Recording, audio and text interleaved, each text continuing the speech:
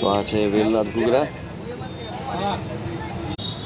શરૂઆત ઘૂઘરાની કરી હતી ત્યારે 5 રૂપિયાના 10 નંગ હતા અને અત્યારે હાલ 40 રૂપિયાના 4 નંગ આપે છે.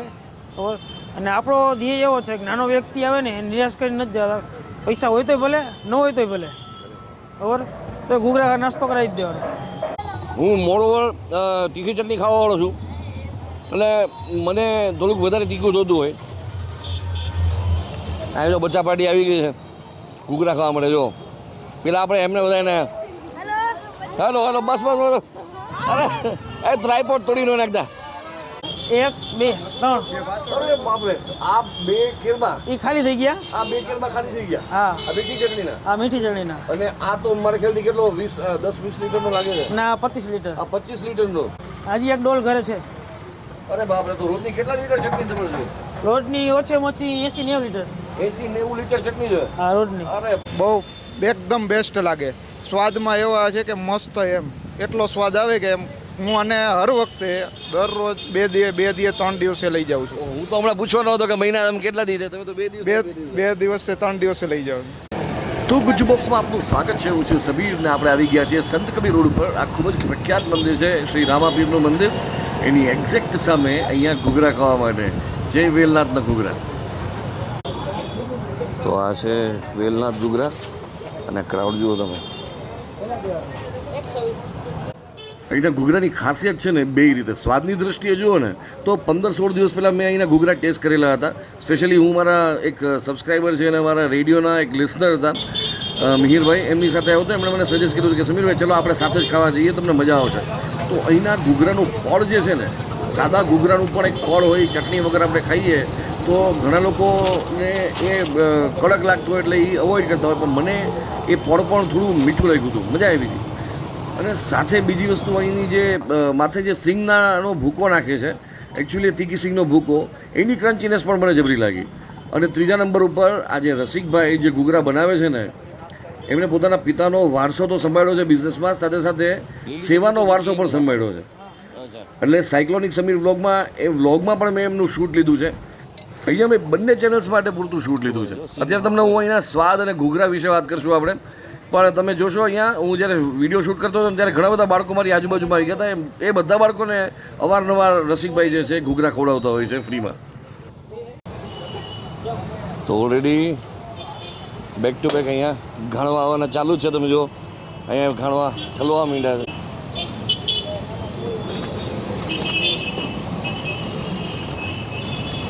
ઓહો, ઢગલો કરી નાખ્યો તો.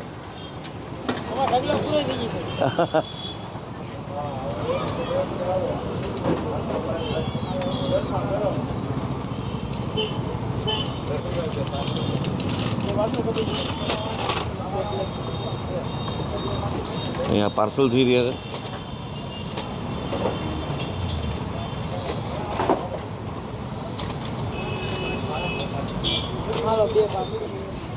શું નામ તમારું? રસિકભાઈ. તમે તમારે બનાવતા જાઓ, આપણે વાત કરતા જઈએ.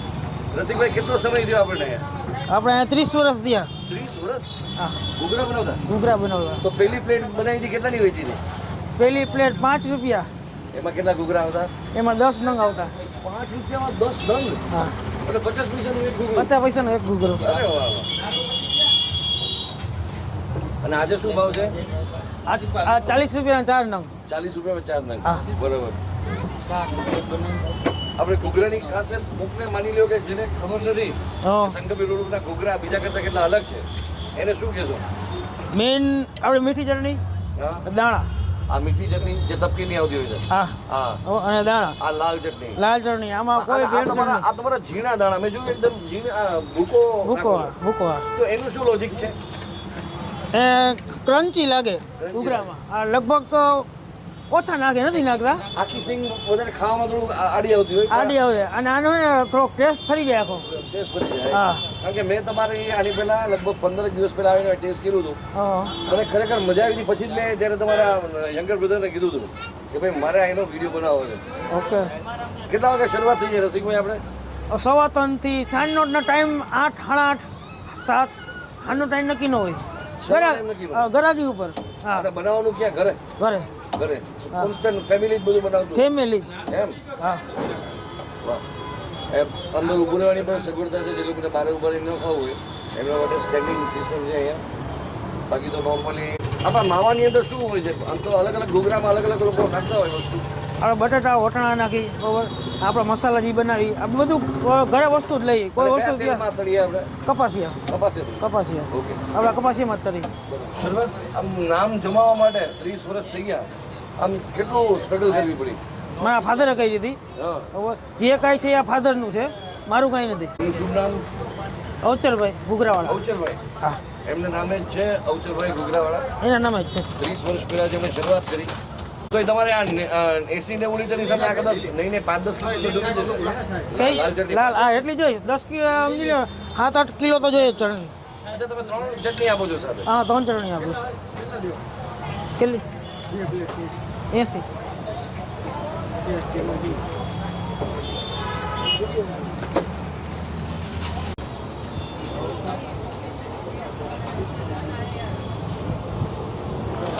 કેવા લાગે એના ઘૂઘરા બહુ સારા એમ કેટલા દિવસે થઈ જાય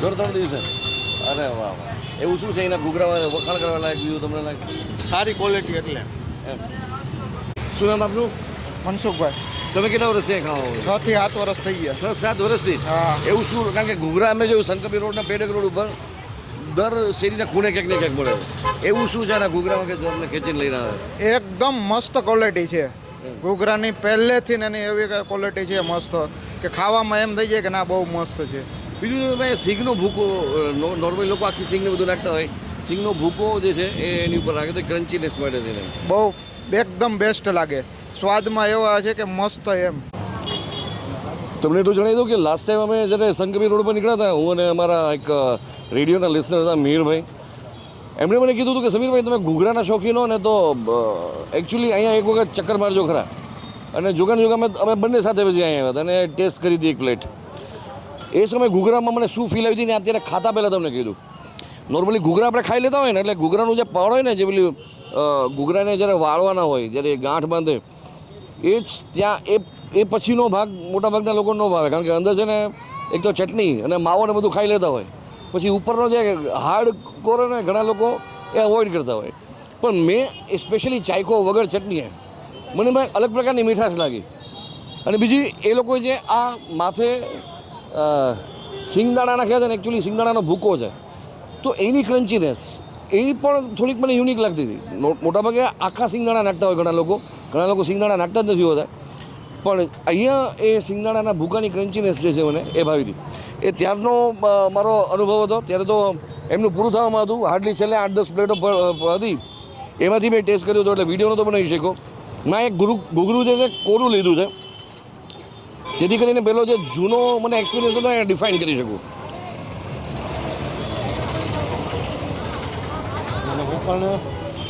ઘૂઘરાનું પડ ખરેખર બહુ સરસ છે ક્રિસ્પી છે અને પળની પોતાની એક મીઠાશ છે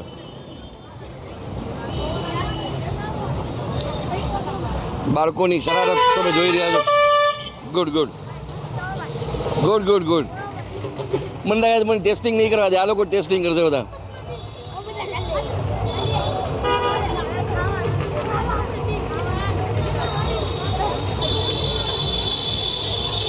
ઘૂઘરાનો મેઇન જીવ છે ને એની ચટણીમાં હોય પણ આનો સેલ્ફ ટેસ્ટ પણ બહુ સરસ છે એક તો એના પડનો અંદર માવો છે એકદમ ડિસન્ટ ટેસ્ટવાળો છે એટલે કદાચ જે લોકોને ચટણી ન ભાવતી હોય ને કદાચ એના ઘૂઘરા મંગાઈ ખાશે ને તો એક એમના માટે એવું નથી કે ભાઈ ચટણી વગર ઘૂઘરાની વેલ્યુ નથી આ ઘૂઘરાની વેલ્યુ લાગી મને બહુ જ સરસ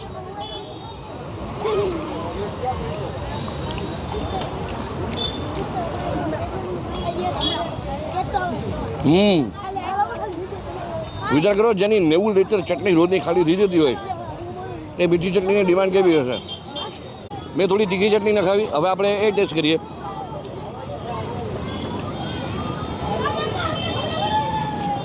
વાહ તીખી ચટણીનો કરંટ તમને જીભના અગ્રભાગમાં ફીલ થશે તમે જો રાજકોટમાં રહેતા હો ઘૂઘરાના શોખીન હો તો એક વખત અહીંના ઘૂઘરાનો એક્સપિરિયન્સ જરૂર કરે પછી તો આ મારો પર્સનલ મંતવ્ય છે. તમે જો અહીંના વેલનાથના ઘૂઘરા ટેસ્ટ કર્યા હોય તો તમને કેવા લાગે કહેવાનું ભૂલતા નહીં. મળીએ છીએ નેક્સ્ટ વિડીયોમાં. જય જય ગરવી ગુજરાત.